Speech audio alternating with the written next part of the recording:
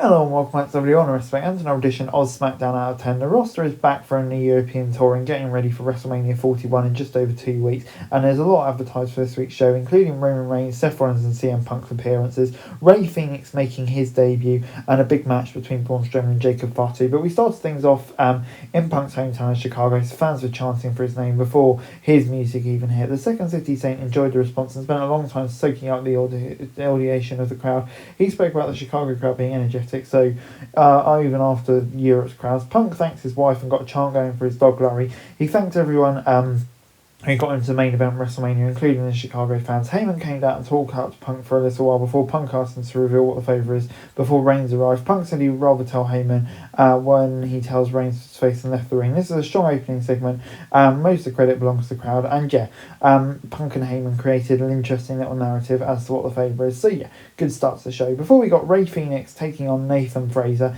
Nathan Frazer's first appearance on SmackDown against the debuting Fenix. They didn't announce, they mentioned of course that he is Penta's brother. Frazer and Fenix began with a standard exchange of wrist locks that ended in a stalemate, but Fenix quickly gained the upper hand, again showing off the crowd. It was, if you're familiar with Frazer's work in NXT, then you know he's one of the quickest people in all of WWE. He and Fenix put on a fast-paced match and not only allowed the debuting superstars to look good, but also his opponent to impress. Matches like this have a high chance of botches, so a couple of moments that didn't go as planned, but it didn't harm the match much whatsoever at all. This is far more competitive than it needs to be, but I think it benefited both men in that respect, and Fenix hit a Mexican muscle buster to get the pin and win. A brilliant debut for Fenix and a great debut for Frazer too. So this is great stuff. 8 out of 10.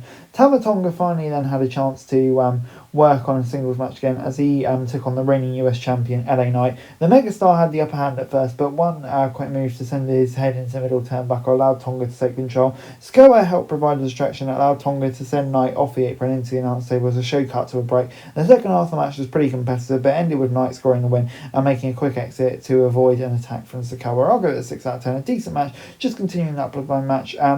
Could see Tama Tonga in singles action again. Before we got DIY versus Motor City Machine Guns, but before that, Charlotte Flair and Tiffany Stratton had an interview with Wade Barrett. The crowd was giving the Queen so much heat that she had to yell to be heard. The segment was fine, but eventually went off rails after that. But after a break, we got Motor City Machine Guns against DIY for a shot at the tag titles held by the Street Profits who were watching. Sabin and Ciampa started the match, but it didn't take long for their partners to be involved in double team spots. We've seen these two fight several times in recent months, so they had no problem using their chemistry to put on a decent contest. On top of the turnbuckles were exposed during Mayhem, Ciampa ended up crashing into it, allowing Sabin to roll him up for the pin and the win.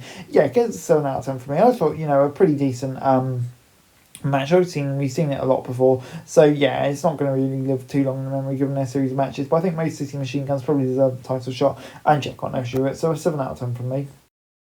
Meechin then came out with B-Fab but did not stay at ringside to watch her match against Naomi. Jade Cargill attacked Naomi during her entrance but didn't do enough to cause the match to be called off. As soon as Naomi got into the ring, the ref called for the bell and B-Fab started taking it to her with clotheslines. Naomi was able to rebound and win the match, but she was taken down almost immediately by Cargill again. The match we then got was short and didn't accomplish much, but Nick Aldis booking Naomi versus Cargill for WrestleMania after the match helped. So that's kind of what it's all built up to, but in the end, just kind of felt a bit pointless compared to the rest of the show, to be honest. So I'm going to give it a 5 out of 10, but that should be a decent match when we eventually get around to it at WrestleMania. Before moving on to Kevin Owens, he came to the ring and said he'd been dealing with a neck injury for a few months and he now needs to get surgery. He said not going to face Orton at WrestleMania sucks, but he's thankful for WWE to allow him to address the crowd since he didn't know how long he'd been gone. Randy Orton came to the ring and KO left without saying anything to him. Aldis informed Orton he no longer had a match at Mania, so Orton hit him with an RKO. Funny way to end a bleak segment. It's a shame. I wonder what they'll do with Orton next.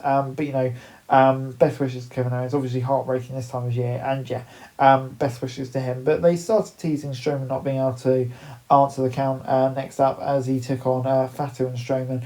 And this one, we were going to have a definitive ending, a last man standing. It got started as Strowman was making his entrance, so the ref called for the bell and didn't have to wait long. The Monster and Men had control until they got back to the ring, which is when early on they were teasing he would be able to answer the count, but he was setting up a table in the corner shortly after a return. They battled for a break. Just as we returned again, we saw Strowman hit a suplex in the crowd and put Fatu through 2 tables. This was just as two big dudes hitting each other as hard as possible, so it goes without saying this was a lot of fun. Fatu barely won by putting Strowman through the table, and in the ring, getting back to his feet in the counter time. Monster Among Men was just about to get back up when the ref counted to 10. This made Fatu look like a monster as he heads to WrestleMania to challenge for the US title. Yeah, great stuff. Fatu looked like the guy here. Brilliant match from Strowman as well. I think this is the kind of match we want to see between these two for longest, and I think we definitely delivered here. So yeah, this was great stuff. 7 out of 10. The Tribal Chief then came to the ring to close the show with a big reveal of what Punk's fame for Heyman will be. Rollins showed up first to make Reigns mad before Punk showed up. Punk revealed his favour that he wants Heyman to be in his corner instead of Reigns at WrestleMania. Heyman told Reigns he couldn't turn Punk down. It led to Punk taking Reigns out with GTS to win the show. Yeah, a very intriguing storyline. Where will this all go? Is Reigns and Heyman over? What will the story be for Punk and Heyman? This is definitely adding an extra dilemma for this story, and I'm very intrigued to see where it goes. Great ending. And overall, SmackDown this week gets 7 out of 10 from me. Yeah, this was a really good episode of SmackDown. I thought multiple storyline advances, the debut of Fenix, obviously the gutted news about Owens, put it down on the whole thing, but I still thought on the whole it was probably the best episode of SmackDown we've seen in a long time.